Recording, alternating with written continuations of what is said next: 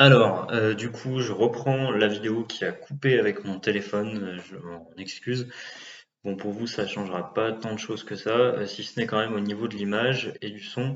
Alors, du coup, pour continuer sur ce qu'on disait, donc, on était à l'osioïde, je crois, qui est un os, voilà, on en a parlé, le fameux os qui était en forme de U, situé entre le cou, dans le cou, pardon, entre la mandibule et le larynx. Il soutient la langue et sert de point d'attache à certains muscles.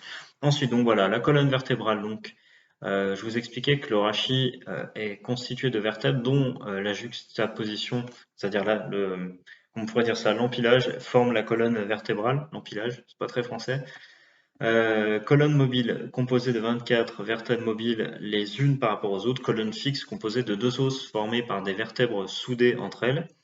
Donc voilà, colonne vertébrale avec, donc on a vertèbre cervicale, vertèbre thoracique, colonne thoracique ou dorsale, vertèbre lombaire, colonne lombaire, vertèbre sacrale, sacrum, coccygène soudé, coccyx. Donc, ce que je ferais à ce moment-là, je mettrais, ouais, soit je mettrai un lien sous la vidéo, ou j'essaierai de mettre les images dans la vidéo. Colonne mobile, donc colonne mobile composée de 24 vertèbres mobiles les unes par rapport aux autres, 7 vertèbres cervicales, lordose cervicale. Alors je vais pas toutes les refaire, hein, voilà, ça va être classé, vous savez, par lettres, C1, C2, C3, C4, C5, C6, C7, voilà. Donc ensuite 12 vertèbres thoraciques, donc pareil, 6 fosses thoraciques comme les tramways, T1, T2, T3, T4, T5, T6, T7, T8, T9, T10, T11, T12, voilà. 5 vertèbres lombaires, ensuite lordose lombaire, L1, vertèbre lombaire, N1, N2, N3, N4, N5, donc de L1 à L5, hein, pour, ceux qui sont des années 90. Voilà. Colonne fixe composée de deux os formés par des vertèbres soudées entre elles. Un os sacré, donc sacrum, formé de 5 vertèbres sacrales soudées. Un os coccygien ou coccyx formé de 4 à 5 vertèbres coccygènes soudées. Donc ça, c'est une partie évidemment du corps qui est très fragile, qui concerne l'assise en fait, voilà, tout ce qui concerne le bassin. Et quand on se casse quelque chose à ce niveau-là, bah évidemment, ça fait très mal, et j'imagine qu'en termes de rééducation, c'est pas simple.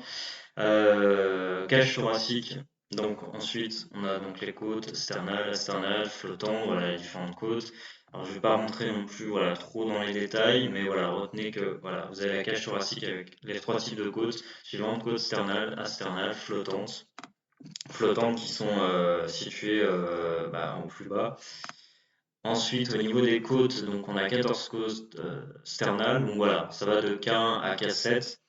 Donc on a 12 paires de côtes réparties en trois groupes, ce qui fait 23 os, 6 côtes asternales, donc de K8 à K10, et 4 côtes flottantes, K11 à K12. Ensuite, sternum, on a un os sternal. Voilà. Membre supérieur, donc là on va s'arrêter là pour aujourd'hui. Membre supérieur, donc au niveau donc des membres supérieurs, donc on a la clavicule que je m'étais cassé d'ailleurs il y a pas mal d'années maintenant, hein. Il y a, voilà, quand j'étais enfant à l'école, je m'étais cassé la clavicule, voilà, juste pour l'anecdote, hein. Mais voilà, et j'avais le bras qui avait littéralement pissé de sang, je sais pas comment dire autrement, et du coup je m'étais retrouvé pendant un été en fait à du coup avoir une espèce de bretelle, je crois que c'était celle de ce côté-là. Enfin bref, voilà, c'était la clavicule qui avait été fêlée, fracturée. Les hôpitaux pour enfants à l'époque ne savaient pas trop.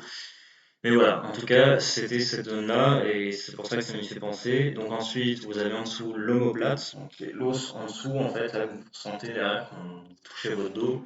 L'humérus, qui est là, le radius, ensuite le cubitus, qui forme l'avant-bras. Et puis vous avez la main avec la carpe, métacarpe, les phalanges.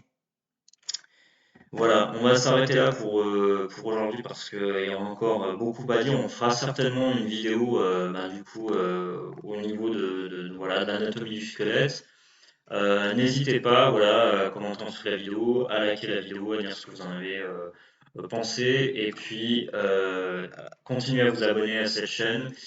Voilà, moi personnellement, je fais pas la course aux abonnés, mais sincèrement, voilà, je tiens vraiment à vous remercier parce que voilà, de votre soutien et voilà, de tout ce qui a pu être fait sur cette chaîne YouTube, en grande partie grâce à vous. Je vous remercie et je vous dis à bientôt. Salut.